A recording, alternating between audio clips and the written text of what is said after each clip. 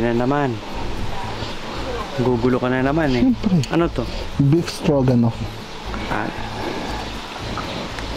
Kailangan ba buo? Hindi naman, kahit tikman mo lang. Paano ba hati? Diba? Kaya na tinatapos na. Ay, hindi pwedeng punin buo. Kasi nasisira, aluwag ng battery holder ng kanila. Rate mo na lang 1 to 10. Sarap. Para saan 10. Malambot yung beef. Tapos sakto na yung luto ng pastats. Masarap yung sauce. Hindi masyado maalat. Creamy. Hindi. Halo-halo tayo. Ito. Beef stroganoff. Ha? Sarap to ah. Sige ma'am, paglagay. Lasa. Paalis ako muna. Dami pa yung ha? Ha? Marami pa syempre. Basta kainan. Tapos kwento mo yung lasa. Yung lasa, charot. Joke lang, chef. Masarap kasi chef, pagod ako eh. Galing ako. Yung beef tingnan mo. Beef. Sabi mo na masarap eh, na si chef. Masarap. Sabi niya chef. Palapit na daw si chef, sabi daw niya masarap.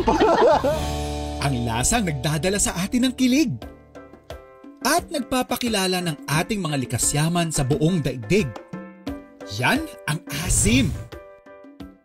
Talagang vinegar and sour fruits. The asim, the acidity is the most dominant flavor in Philippine cuisine in general. Kasi number one, vinegar is the most, you can say, accessible ingredient. At the same time, pangsawsawan. It's a given that anything cooked in vinegar will prolong the shelf life. Gives it a new dimension. Dito sa Pilipinas, suka ang pangunahin nating pangpaasim sa pagkain. At talaga namang binubuhay nito ang ekonomiya sa bansa, lalo pat sagana tayo sa iba't ibang pagkukunan nito. Ang mga taga Bulacan, merong nipapam.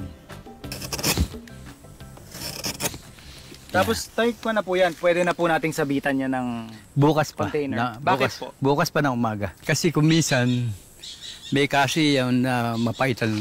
Yung una. Okay.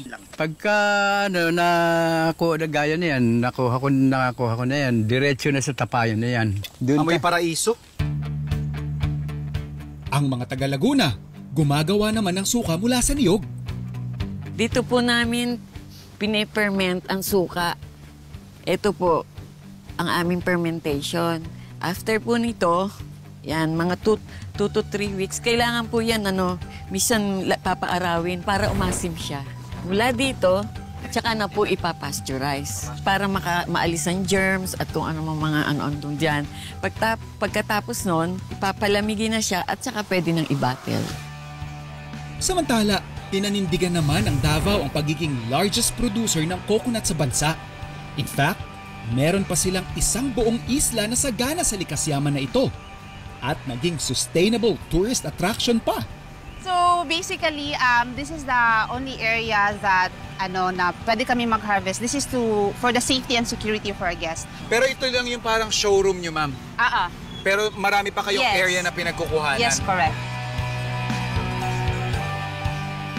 Thank you so much, Kuya Canyon. So Chef, we will let you try our freshly harvested tuba. Cheers, cheers. Cheers. Grabe yung tamis. Yeah. Grabe. Kung gusto mong mangibabaw ang asim sa putahing ihahain mo, kinilaw ang tunay na mag-aangat sa lasang ito. So we're just gonna add in ginger then, of course. I'll have thinly sliced and I will actually finely chop this.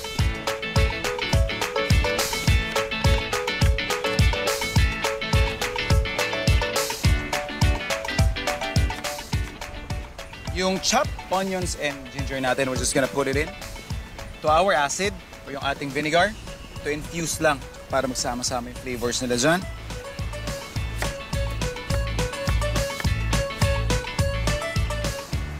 Then we're just gonna season this with some salt, white pepper, gonna cut this in portion.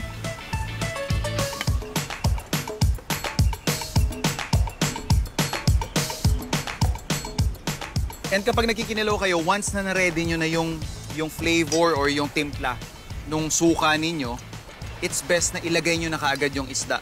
There would be a reaction na mangyayari that would somehow give us ng parang output or end product na para na rin siyang niluto. And yung parang pinaka-garnish na rin natin yung ating green chilies and of course, red chilies.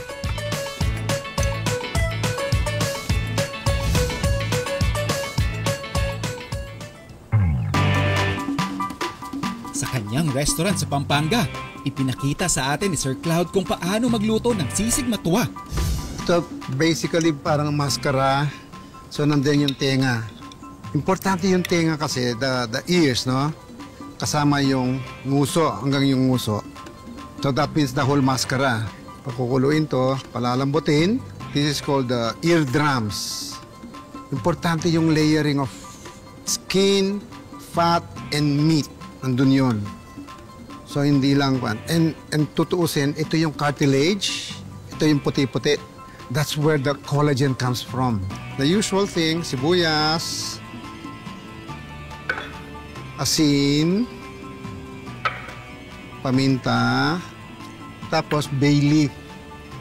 And the secret ingredient in boiling the pig's ears, pineapple juice.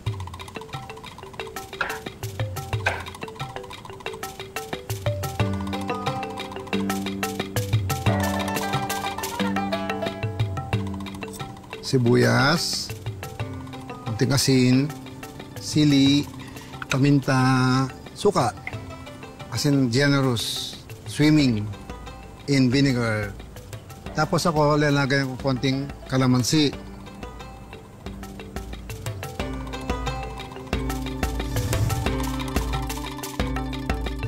Ganda pare.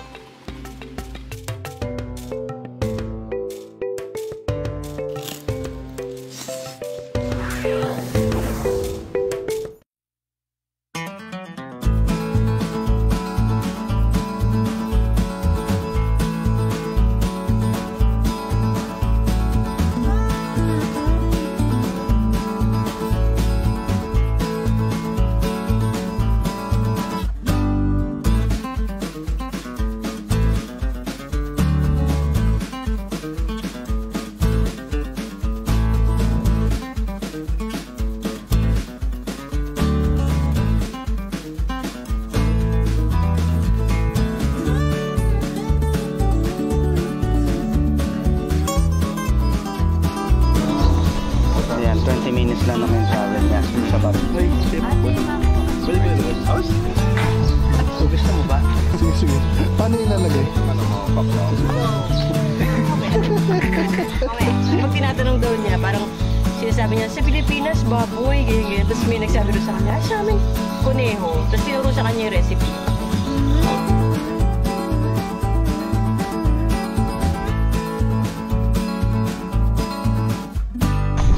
Hello Food Explorers! Andito tayo ngayon sa Esmeralda Farm dito sa Liliw, Laguna. At ito lang naman ang backdrop natin ngayon. Ang ating bundok Cristobal. At yan, nakikita natin yung malawak na kalupaan. Inspiring. Solid na food adventure na naman to.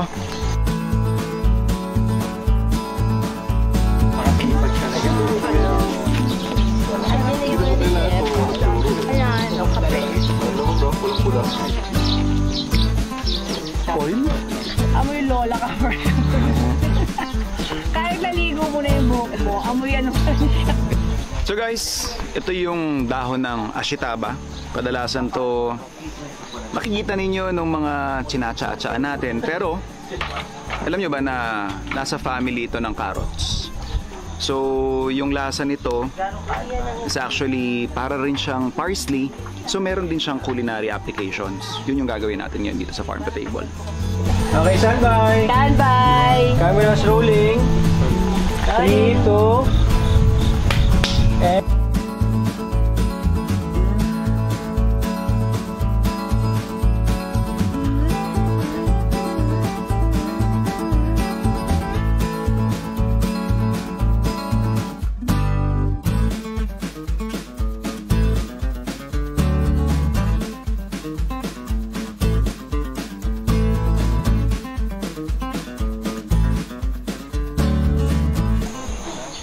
Mga food explorers, ito ang nangyayari kapag maramihan yung gagawin.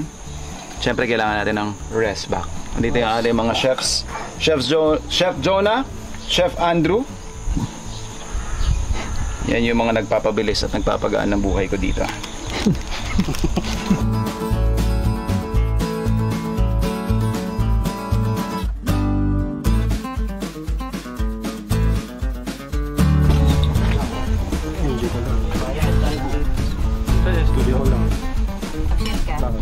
Teka lang malinitan.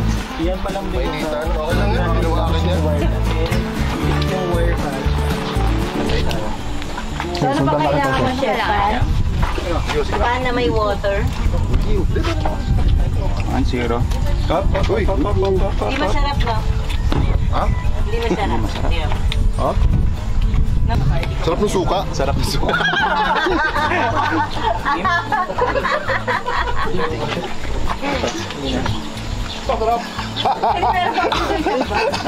Macho.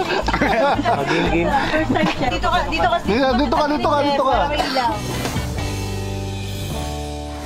Noong 1900s, isang Japanese scientist ang nagpakilala sa fifth basic taste na tinawag niyang umami o savoriness sa Ingles.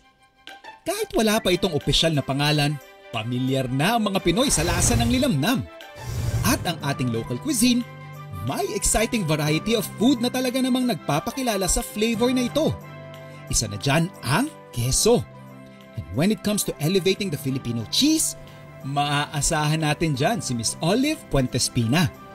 I started in 2005 in my kitchen, not knowing where it would go or it would lead. No, I was just having fun. My first cheese was feta.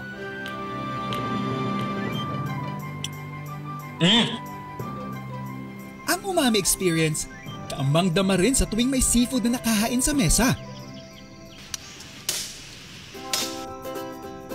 So once na nahimay na natin yung pinaka-meat mismo, pwede na nating i-mix yung iba pa nating ingredients. So we have here our chopped onions.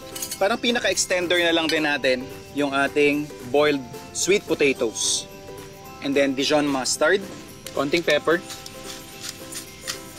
And then season na lang din natin ng salt. Imamash lang natin yung ating sweet potato.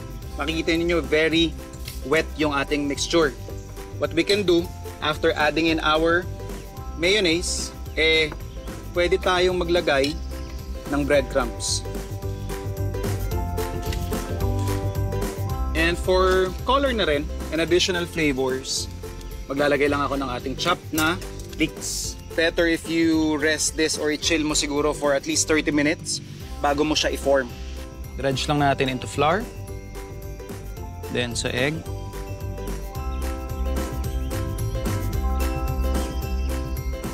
Pwede na tayo mag-deep fry.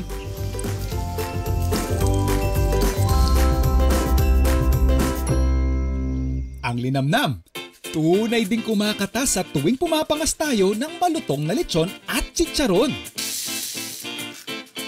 Kung gusto niyong matutong gumawa ng lechong kawali na magiging trending sa sarili niyong handaan, panoorin natin ang version ni Ninong Rai. Basically, ito ay pork belly na kiniskis namin ng patis all over. Except sa balat kasi maaring masunog kasi tinutuyo natin yan. Tapos, in-oven lang natin for anywhere between 3 to 4 hours, varying temperatures mula 150 degrees Celsius to 220 to 250 degrees Celsius na mantika. Tapos, meron tayo ditong parang patuluan. Dapat din ito yung ladle nyo kasi matatalsikan talaga kayo. Dahan-dahan natin ibuhos.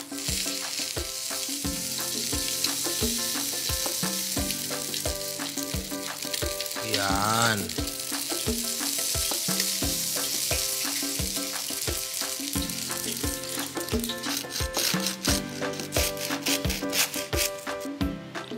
At ito na ang ating chicharon pork belly with honey patis gramulata. Ganda pare, oh.